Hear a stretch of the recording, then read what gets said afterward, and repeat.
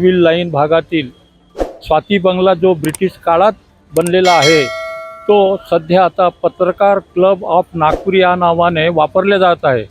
परंतु हा जो पत्रकार क्लब ऑफ नागपूर याचे जे संचालक आहेत या 9 संचालकांनी शासनाची फसवणूक करून शासनाची दिशाभूल करून हा बंगला आणि ते क्षेत्र हडपलेलं आहे आणि त्याच्या विरोधात आत्ताच पोलीस स्टेशन चिताबर्डी येथे आम्ही तक्रार दाखल करून आलो आणि त्यामध्ये महत्त्वाचे जे 9 डायरेक्टर आहेत पत्रकार क्लब ऑफ नागपूर जी कंपनी आहे वास्तविक या कंपनीला सरकारी जागा देताच येत नाही आणि विशेष म्हणजे ही मागणी टिळक पत्रकार भवन ट्रस्ट या नावाने अर्ज केला होता आणि त्यावेळी पत्रकार क्लब ऑफ नागपूर या नावाची कंपनी किंवा संस्था ही अस्तित्वात नव्हती।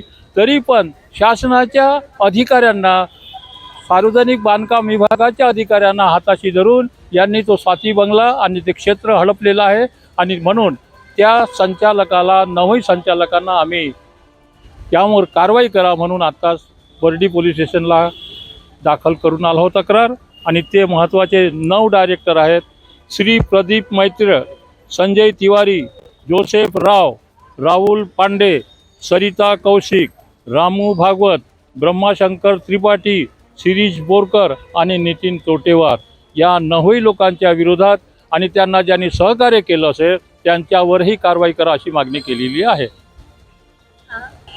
पूर्ण भारतात त्यांचं हेच काम सुरू झालं 2014 पासून। सरकारी जागा असो खाजगी जागा असो ह्या मारायच्या आणि त्याच्या भरोशावरच आता यांचं सर्व कामकाज सुरू आहे। RSSचा तर विषयच नाही आहे। आता तुम्हाला माहीत असेल RSS जेव्हा रजिस्टरच नाही आहे तर त्यांच्याजवळ अब्ज रुपये आले कुठून याचा विचार पहिल्यांदा करणं आवश्यक आहे। पण संशयाचा विषय येत नाही। आम्ही कागदपत्राच्या भरोशावर बोलतो।